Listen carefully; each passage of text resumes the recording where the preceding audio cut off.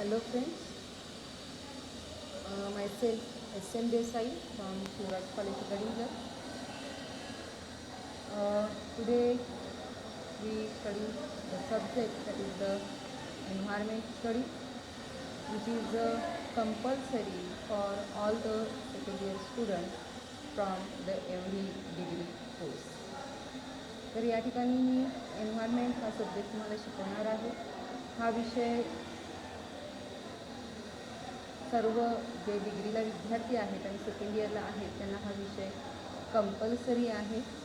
त्यामुळं ह्या विषयासाठी ज्या काही गोष्टी म्हणजे तिचं प्रोजेक्ट असेल किंवा थिअरी असेल तर त्याची माहिती देण्यासाठी आज हा तुम्हाला मी एक व्हिडिओ पाठवत आहे. तर याच्यामध्ये आपण सगळ्यात पहिल्यांदा एन्व्हायरमेंटल स्टडीज या पेपर जो आहे हा कंपल्सरी पेपर आहे. या पेपरचा जो पॅटर्न आहे तो ॲन्युअल पॅटर्न आहे. जसे तुमचे इतर विषय जे आहेत ते सेमिस्टर पॅटर्नमध्ये आहेत, पण हा जो सब्जेक्ट आहे हा पूर्णपणे ॲन्युअल पॅटर्न आहे. त्यामुळे वर्षाच्या अखेरीस म्हणजेच तुमच्या 4th सेममध्ये तुम्हाला याची तयारी करावी लागणार आहे. याची जी एक्झाम असणार आहे ती 4th सेममध्ये असणार आहे. सुरुवातीला आपण या पेपरची आधी मार्किंग स्कीम बघूया. हा जो पेपर आहे हा पूर्णपणे 100 मार्कचा पेपर आहे. या 100 मार्कापैकी तुम्हाला जे 70 मार्क जे आहेत ते थेरीसाठी असणार आहे आणि उरलेले 30 मार्क जे आहेत ते तुम्हाला प्रोजेक्टसाठी असणार आहे. 70 मार्काचा जो थेरीचा पेपर असणार आहे तो तुमचा ॲन्युअल पॅटर्नप्रमाणे 4th सेममध्ये होणार आहे. आणि हा जो 30 मार्क्सचा प्रोजेक्ट आहे हा प्रोजेक्ट तुम्ही या पूर्ण 3rd आणि 4th सेममध्ये प्रोजेक्टचे जे कामकाज आहे ते पूर्ण करायचं आहे. त्या संदर्भातली माहिती आपण नेक्स्ट स्लाईडमध्ये बघणार आहोत. त्यानंतर या परीक्षेचं किंवा एन्व्हायरमेंट स्टडीजचा जो पेपर असणार आहे त्याचा आपण नेचर बघूया. The nature of the environment studies, paper nature of environment studies. या पेपरमध्ये तुम्हाला काही MCQs असणार आहेत. म्हणजेच क्वेश्चन नंबर 1 जो आहे तो MCQsचा असणार आहे, तो 10 मार्काचा असणार आहे. त्यानंतर क्वेश्चन नंबर 2 जो असणार आहे तो शॉर्ट आन्सर्सचा असणार आहे. त्यानंतर क्वेश्चन नंबर 3 जो असणार आहे तो तुम्हाला शॉर्ट नोट्सचा असणार आहे. आणि त्याच्यानंतर क्वेश्चन नंबर 4, 5 आणि 6 हे जे क्वेश्चन्स आहेत हे लॉंग आन्सरचे क्वेश्चन्स असणार आहे. म्हणजे अशा पद्धतीनं तुमचं पेपर नेचर असणार आहे आणि त्या पद्धतीनं तुम्ही काय करायचं आहे त्याचा अभ्यास करायचा आहे. त्यानंतर आता आपण प्रोजेक्ट जो आहे त्या प्रोजेक्ट संदर्भातली माहिती तर मी तुम्हाला देते आहे. तर सगळ्यात आधी या प्रोजेक्टसाठी जे सब्जेक्ट आहेत ते तुम्ही स्वतः सिलेक्ट करायचे आहेत. पण हा विषय जो आहे तो एन्व्हायरमेंटशी रिलेटेड असला पाहिजे. तुमच्या प्रोजेक्टचा जो सब्जेक्ट असणार आहे तो एन्व्हायरमेंटशी रिलेटेड असला पाहिजे. त्यानंतर हा प्रोजेक्ट करण्यासाठी तुम्ही पर्सनली एकटे करू शकता किंवा ग्रुपमध्ये करू शकता. ग्रुपमध्ये लिमिटेड संख्या म्हणजे शेवट 5, शेवट तुम्ही 5 जणं एका ग्रुपमध्ये असू शकता. एकच सब्जेक्ट तुमचा असू शकतो आणि 5 जणांचा एक ग्रुपमध्ये तुम्ही एक प्रोजेक्ट तुम्ही करू शकता. तर त्या पद्धतीनं तुम्ही प्रोजेक्ट सिलेक्ट करायचा आहे आणि पण तो प्रोजेक्ट जो आहे तो एन्व्हायरमेंटशी रिलेटेड असला पाहिजे. त्यानंतर आता हा जो प्रोजेक्ट आहे तो कसा करायचा हे तुम्हाला माहिती असणं गरजेचं आहे. तर त्यासाठी या ठिकाणी मी तुम्हाला माहिती देते. तर याचे टॉपिक्स जे आहेत ते खालीलप्रमाणे आहेत बघा. Topics for project. तर पहिलं जे पेज असणार आहे ते तुमचं कव्हर पेज असणार आहे. प्रोजेक्टमध्ये सगळ्यात पहिलं तुमचं कव्हर पेज म्हणजे फ्रंट पेज आपण म्हणूया. हे जे कव्हर पेज असणार आहे त्याच्यावरती या ज्या 4 गोष्टी आहेत त्याच्यामध्ये पहिलं जे आहे that is the title of project. त्यानंतर नेम ऑफ द स्टुडंट्स, मग तुम्ही 5 जणं असाल तर 5 जणांची नावं. नेम ऑफ द सुपरवायझर, जे तुम्हाला गाईड आहेत त्यांचं नाव. त्यानंतर name of the college and the department, तुमच्या कॉलेजचं नाव. आणि त्यानंतर शेवटला इयर ऑफ सबमिशन. तर अशा पद्धतीनं तुमचं फ्रंट पेज किंवा कव्हर पेज जे असणार आहे ते अशा पद्धतीनं असावं. त्यानंतर सेकंड पेज जे आहे ते declaration. Okay, declaration of the student हा सब्जेक्ट असणार आहे सेकंड पेजवरती.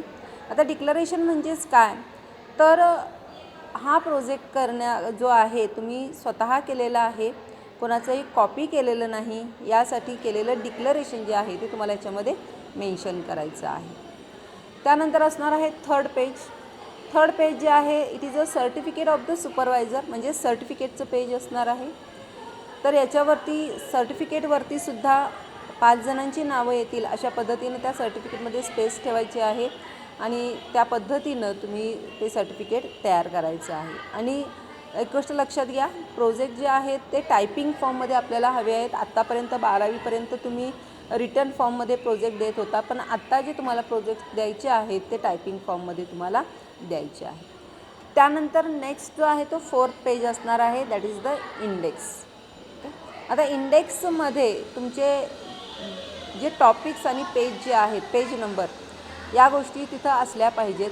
टॉपिक्समध्ये या ज्या खालच्याच म्हणजे introduction, objective, methodology, observation, discussion, analysis, summary, म्हणजे हे जे पॉईंट्स आहेत हे तुमच्या इंडेक्समध्ये आले पाहिजे. तर अशा पद्धतीने हे पहिले 4 पानं आहेत.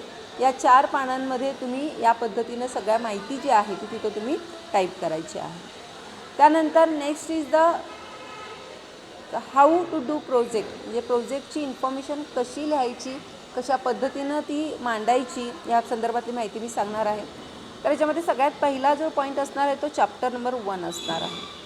चॅप्टर नंबर 1मध्ये तुम्हाला इंट्रोडक्शन आणि ऑब्जेक्टिव्ह या 2 गोष्टी तिथं मेन्शन करायच्या आहे. Introduction, it is must be related to your project. You must give the information about the intermediate idea of your project. तुमच्या प्रोजेक्ट संबंधाची मध्यवर्ती कल्पना आहे ती त्या ठिकाणी तुम्ही मेन्शन केली पाहिजे. त्याचबरोबर व्हाय यू सिलेक्ट धिस सब्जेक्ट हे तिथं आलं पाहिजे, म्हणजे का तुम्ही हा सब्जेक्ट सिलेक्ट केलेला आहे ती माहिती तिथं आली पाहिजे. त्यानंतर नेक्स्ट त्याच्यातलंच टॉपिक आहे ऑब्जेक्टिव्ह. तुम्ही सेपरेट टॉपिक घेतला तरी चालेल. मोस्टली जो युनिव्हर्सिटीचा जो पॅटर्न आहे तो असा आहे, पण तुम्ही जरी वेगळा त्याच्यामध्ये घेतला तरी चालतो. म्हणजे चॅप्टर नंबर 1 इंट्रोडक्शन घ्या, चॅप्टर नंबर 2 ऑब्जेक्टिव्ह घ्या. ठीक आहे. आता ऑब्जेक्टिव्स म्हणजेच तुम्ही प्रोजेक्ट करण्यासाठी तुमचे कोणते ऑब्जेक्टिव्ज आहेत. फॉर एक्झाम्पल तर वॉटर पोल्युशनचा जर प्रोजेक्ट तुम्ही घेतलेला असेल तर त्याच्यामध्ये निदान 4 ते 5 ऑब्जेक्टिव्स त्याच ठिकाणी असले पाहिजेत. म्हणजे 4 ते 5 पॉईंट्स म्हणते मी. इंट्रोडक्शनचे जे आहे ते इंट्रोडक्शन तुम्ही निदान 1.5 पेज तरी तुम्ही तिथं मेन्शन केलं पाहिजे. पण ऑब्जेक्टिव्ह जे आहे ते फक्त 4 ते 5 पॉईंटमध्ये आपल्याला द्यायचं आहे. मग आता फॉर एक्झाम्पल वॉटर पोल्युशनचं जर तुम्ही घेत असाल तर वॉटर पोल्युशनच्या बाबतीत जे ऑब्जेक्टिव्ज आहेत तर त्याच्यामध्ये पहिलं ऑब्जेक्टिव्ह असं असू शकेल to study the water pollution. Next to study the causes of the water pollution. Next objective is to study the sources of water pollution. त्यानंतर next to study the effects of water pollution. आणि त्यानंतर to study the control measures of the water pollution. And next to make the people aware about the water pollution. म्हणजे असे points जे आहेत ते तुम्ही तिथं मेन्शन केलं पाहिजे. म्हणजे to study, to observe, to mention, म्हणजे अशा ज्या गोष्टी आहेत म्हणजे 2 पासून सुरुवात होणाऱ्या त्या ऑब्जेक्टिव्हजमध्ये तुमच्या आल्या पाहिजे. त्यानंतर सेकंड टॉपिक आहे दॅट इज द मेथडॉलॉजी. आता मेथडॉलॉजी म्हणजेच त्याला आपण मराठीमध्ये कार्यपद्धती असं आपण म्हणतो, बरोबर. तर या ठिकाणी तुम्ही जो प्रोजेक्ट करणार आहात त्यासाठी तुम्ही कोणती मेथड वापरलेली आहे ती इथं तुम्ही मेन्शन करायची आहे. 2 मेथड्स आहेत, एक प्रायमरी मेथड आणि दुसरी सेकंडरी मेथड. प्रायमरी मेथडमध्ये जर तुम्ही पर्सनली इन्फॉर्मेशन गोळा केली असेल तर त्या ठिकाणी तुम्ही ती मेथड तुम्ही तिथं मेन्शन केली पाहिजे. उदाहरणार्थ वॉटर पोल्युशनसाठी तुम्ही जर डेटा स्वतः कलेक्ट केला असेल तर त्या ठिकाणी तुम्ही त्या पद्धतीने मेन्शन करायचं आहे की we visit the different places and collect the samples of the water and study the water pollution. Okay.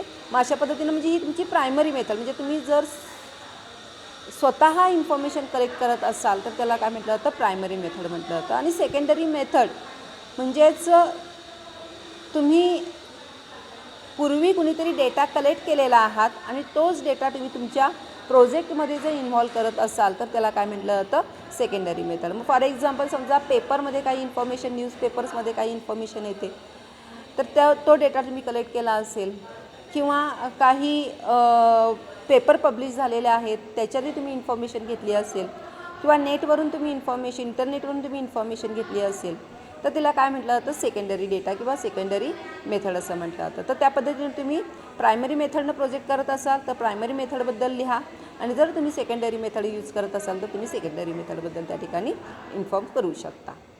त्यानंतर टॉपिक नंबर 3 आहे, दॅट इज द ऑब्झर्वेशन.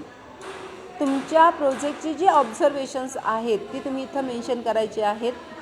आता फॉर एक्झाम्पल वॉटर पोल्युशनचं तुम्ही स्टडी करताय, मग वॉटर पोल्युशनचे ऑब्झर्वेशन्स काय असणार आहेत, तर तुम्ही जो डेटा कलेक्ट केलेला आहे तो तुम्ही टॅब्युलर फॉर्ममध्ये तिथं मेन्शन करायचा आहे. किंवा तुम्ही ॲसिड वॉटरचं करत असाल तर ॲसिड वॉटरच्या संदर्भात जो डेटा कलेक्ट केलेला असेल तो असेल. किंवा ग्लोबल वॉर्मिंग म्हणजे टॅब्युलर फॉर्ममध्ये तुम्ही त्या ठिकाणी काय करायचं आहे, तुमचं ऑब्झर्वेशन जे आहे ते तिथं मेन्शन करायचं आहे.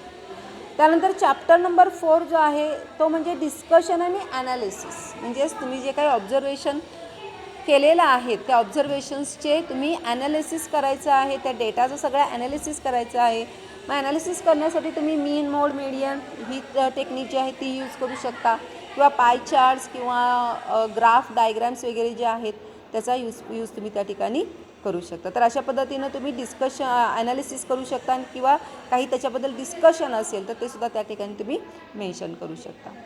Next is the chapter number 5, that is the summary and conclusion. Summary म्हणजेच काय, तुम्ही जो काही प्रोजेक्ट तुम्ही केलेला आहे त्या प्रोजेक्टचं तुम्ही शॉर्टमध्ये तुम्ही समरी द्यायचं आणि लास्टला तुमच्या प्रोजेक्टचं जे कन्क्लुजन आहे ते त्या ठिकाणी द्यायचं आहे. त्यानंतर लास्टचा जो पॉईंट आहे दॅट इज द बिब्लिओग्राफी आणि अपेंडिक्स किंवा ॲनेक्स्चर. तर बिब्लिओग्राफी म्हणजेच तुम्ही काही पुस्तकं वगैरे रेफर केलेले असतील तर. त्यानंतर अपेंडिक्समध्ये वगैरे तुम्ही जे काही पेज नंबर्स वगैरे जे आहेत त्याचीसुद्धा इन्फॉर्मेशन तुम्ही त्याच्यामध्ये देऊ शकता. तर अशा पद्धतीनं प्रोजेक्ट जो आहे तो या पद्धतीनं करायचा आहे. गोष्ट लक्षात घ्या, प्रोजेक्ट कंपल्सरी आहे, सगळ्यांनी करायचा आहे. आणि प्रोजेक्टसाठी तुम्ही आधी तुमचा ग्रुप तयार करा. ग्रुप तयार करून मला तुमची नावं आणि सब्जेक्ट जे आहेत ते मला ग्रुपवर नको, माझ्या पर्सनली नंबरवर पाठवला तरी चालेल. लक्षात आलं. तर अशा पद्धतीनं तुम्ही जे प्रोजेक्ट वर्क जे आहे ते तुम्ही करायचं आहे. नेक्स्ट लेक्चरमध्ये आपण सिलॅबस कसा आहे आणि सिलॅबसची टॉपिक्स काय काय आहेत त्या संदर्भातली माहिती घेऊया. थँक्यू.